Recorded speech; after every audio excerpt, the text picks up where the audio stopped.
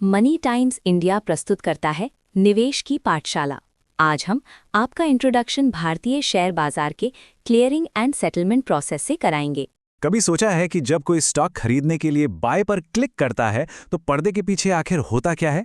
पैसा तो पट से कट जाता है, लेकिन शेयर आने में थोड़ा वक्त लगता है। तो आज हम इसी 2 दिन की यात्रा को समझने वाले हैं। इसे कहते हैं T+2 सेटलमेंट। आइए शुरू करते हैं।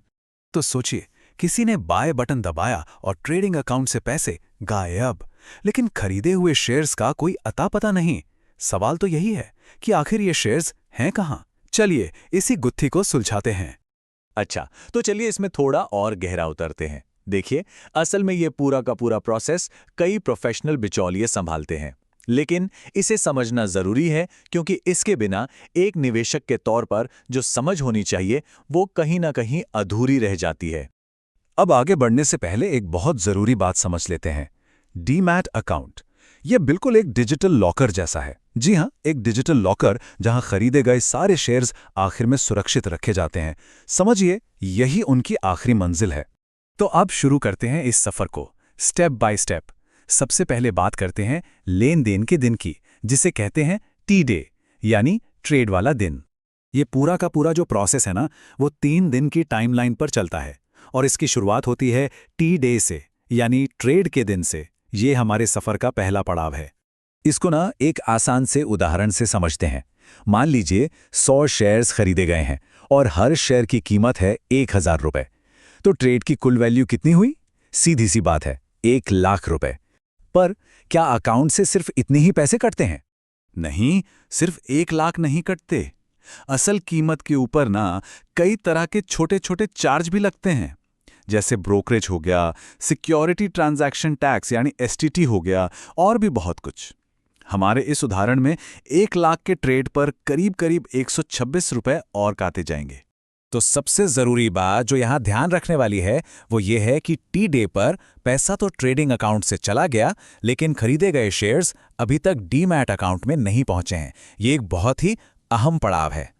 चलिए अब कहानी के दूसरे दिन पर चलते हैं, जिसे हम कहते हैं T+1।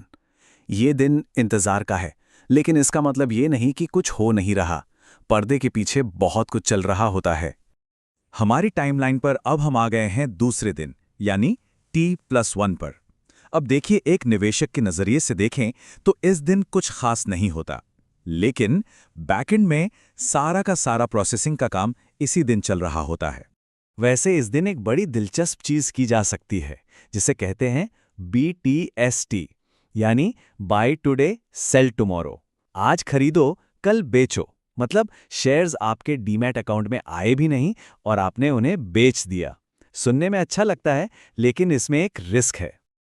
और हाँ, ये कोई छोटा मोटा रिस्क नहीं है। जैसा कि यहाँ साफ लिखा है, एक ऐसा स्टॉक बेचने के लिए मुश्किल में पड़ सकते हैं जिसके आप असल में मालिक नहीं हैं। मतलब ये कि अगर आपको बेचने वाले ने टाइम पर शेयर नहीं दिए तो आप बहुत बड़ी मुश्किल में फंस सकते हैं। तो सलाह यही है कि अगर कोई बाजार में नया है तो BTST से दूर ही रहे तो बेहतर है। और अब हम पहुंचते हैं सेटलमेंट साइकिल के आखिरी दिन। जी हां, T+2। यही वो दिन है जब लेन देन की पूरी प्रक्रिया पूरी होती है। तो हमारी टाइमलाइन का सफर अब अपने अंतिम पड़ाव पर आ गया है।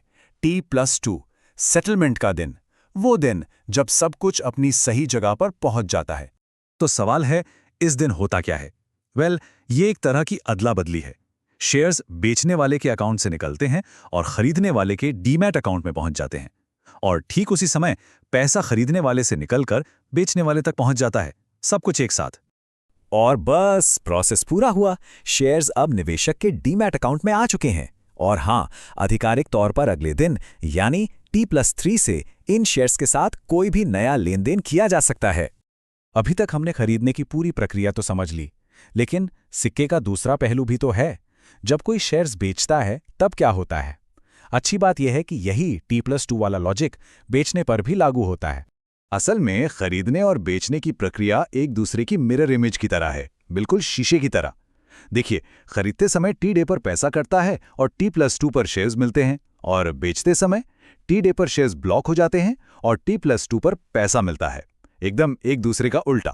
तो चलिए, अब तक जो भी हमने सीखा है उसके सबसे जरूरी पॉइंट्स को फटाफट से एक बार दोहरा लेते हैं। इन्हें आप इस सड़क के नियम समझ सकते हैं जो हर निवेशक को पता होने ही चाहिए। तो जो मुख्य बातें याद रखनी है वो ये हैं।